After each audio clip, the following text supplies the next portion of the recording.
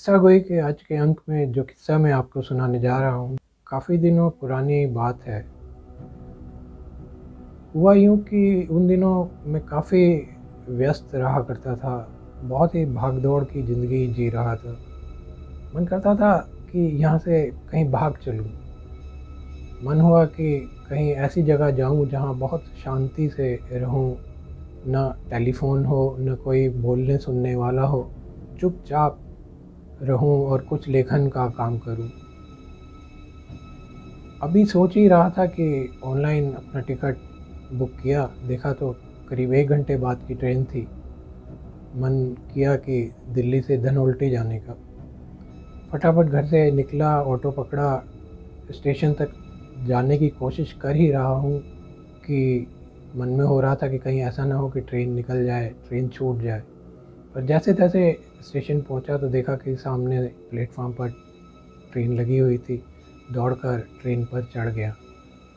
Train में जिस डब्बे में मैं चढ़ा तो देखता हूँ कि ट्रेन लगभग आधे से ज़्यादा खाली ही थी। ख़ैर देखते-देखते मैं अपने टिकट वाले बोगी में जा चढ़ा। जैसे ही मैं अपनी बोगी में पहुँचता हूँ तो देखता हूँ कि इक्का-दुक्का लोग ही थे। मेरे ख़्याल से पूरे बोगी में 4 या 5 लोग ही होंगे उस वक़्त। ट्रेन छूटने ही वाली थी। बड़ा अजीब-सा माहौल था। मुझे लगा कि कुछ और लोग आएँगे। फिर समझ में आया कि शायद अब कोई आने वाला नहीं है। अपनी सीट के चारों तरफ नज़र दौड़ाई तो देखा कि सारी सीटें खाली थी। कुछ डर सा लगा कि अकेला एक पूरी बोगी में मैं।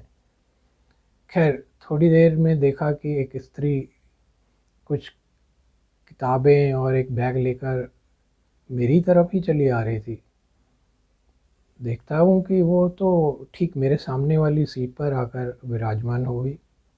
उसने अपनी किताबें वग़ैरह सब बगल में बनी एक छोटी-सी टेबल पर लगाई और बैठ गई।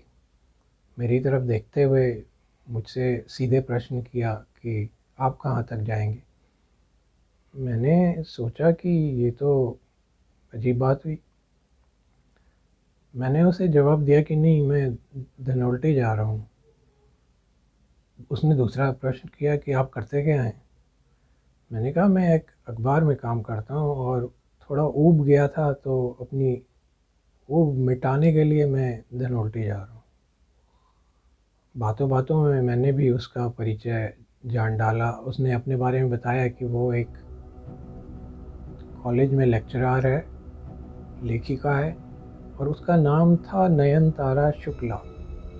बड़ा अच्छा और सुंदर नाम था। ख़ैर बातें होने लगी, पता लगा कि वो दिल्ली में जिस कॉलेज में पढ़ाती है तो वो हिंदी साहित्य की अध्यापक है।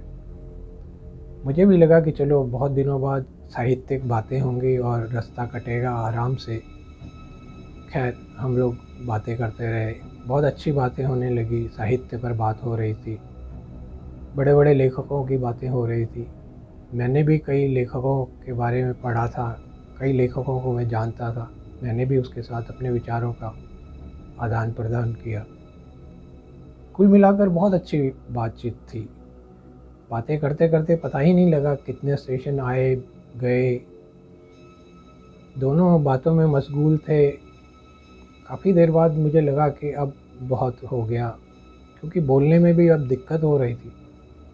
मैंने उनसे निवेदन किया कि आप भी सो जाएँ और मैं भी सो जाता हूँ, क्योंकि सुबह शायद स्टेशन आएगा तो उतरना होगा। उसने मेरा ये निवेदन स्वीकार किया और वो भी सोने लगे और मैं भी अपने बर्थ पर चादर बिछाकर सोने का उपक्रम करने लगा। ख़ैर नींद कब आई कुछ पता नहीं लगा। सुबह नींद तब खुली जब बाहर स्टेशन से चाय चाय की आवाज़ सुनाई दी। मैं उठा तो मन में ख़्याल आया कि वो नयनतारा जी सामने बैठी होंगी तो शायद कुछ और बातचीत होगी। लेकिन देखता हूँ कि सामने कोई अन्य स्त्री बैठी हुई थी। मैंने उनसे प्रश्न किया कि यहाँ पर एक और स्त्री बैठी हुई थी, वो कहाँ है? उन्होंने मुझसे उल्टा सवाल किया, यहाँ पर तो कोई नहीं थी, आपको भ्रम हुआ है शायद, यहाँ पर तो मैं अभी आई हूँ, पिछले स्टेशन से चढ़ी हूँ। मैं बड़ा अटपटा सा गया। मैंने कहा कि नहीं, वो रात भर यहाँ पर थी, मेरी उनके साथ बहुत अच्छी वार्ता हुई, और ये सीट भी उन्हीं के नाम से बुक है। उनका नाम था नयनतारा शुक्ला। वो हैरान सी मेरे चेहरे को देखने लगी। मुझे ऐसे लगा शायद वो मेरा चेहरा पढ़ना चाह रही हैं कि मैं क्या बोल रहा हूँ। उन्होंने कहा कि मैंने क्या नाम कहा? मैंने कहा नयनतारा शुक्ला। वो दिल्ली में एक कॉलेज में पढ़ाती हैं और हिंदी साहित्य की प्रोफेसर हैं, लेखिका भी हैं वो और हैरान थी। उन्होंने कहा कि आप शायद कोई सज्जन पुरुष हैं, आप इस तरह से कैसे कह सकते हैं कि यहाँ पर कोई नयनतारा शुक्ला कल रात से आपके साथ बात कर रही थी? मैंने कहा हाँ, मैंने बात की, काफ़ी देर तक उनके साथ मेरी अच्छी बात हुई। उन्होंने मुझे दोबारा बोला कि क्या आप सच कह रहे हैं? मैंने कहा हाँ, बिल्कुल सच कह रहा हूँ। उन्होंने कहा कैसे हो सकता है? नयनतारा शुक्ला तो मैं हूँ और मैं धनोल्टी तक जा रही हूँ। पिछले स्टेशन से मैंने ये ट्रेन पकड़ी है। अब कैसे नयनतारा शुक्ला से आप बात कर सकते हैं?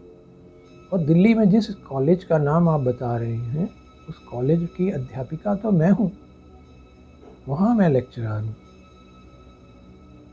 मुझे तो अजीब सी हालत थी मेरी। मैं समझ नहीं पा रहा था कि ये क्या बोल रही हैं। वो स्त्री सच थी या ये सच हैं?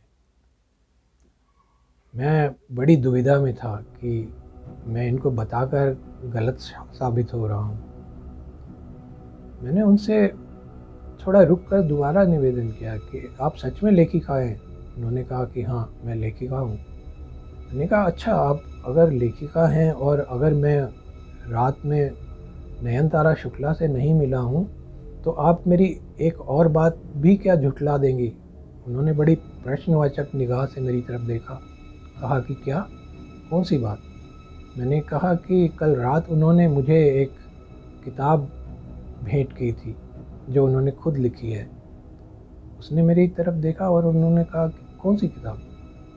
मैंने अपने तकिए के नीचे से वो किताब निकाली जो रात को उन्होंने मुझे बड़े सप्रेम भेंट की थी, जिसका नाम था अनजान राहें, और लिखा था लेखिका नयनतारा शुक्ला।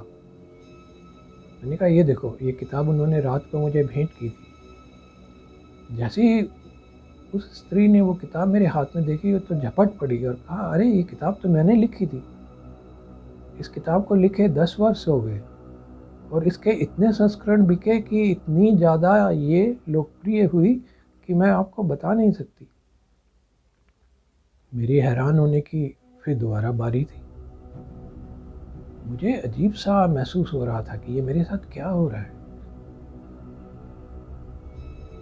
समझ नहीं पा रहा था कि रात को वो नयनतारा सच्ची थी या ये नयनतारा सच्ची हैं।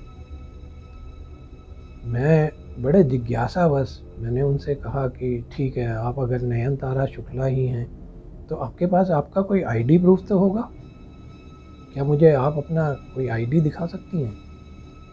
उसने तुरंत बड़ा गुस्से में आकर अपना एक आधार कार्ड निकाल कर मुझे दिखा, जिसमें लिखा हुआ था नयनतारा शुक्ला। सच में यही नयनतारा शुक्ला थी। तो दोस्तों, क्या वाकया है ये, समझ में नहीं आ रहा। वो मुझे खाली एक किताब भेंट करने के लिए आई थी, और वो भी नयनतारा शुक्ला के आने से पहले ही। अजीब सी पहेली है, समझ नहीं आती।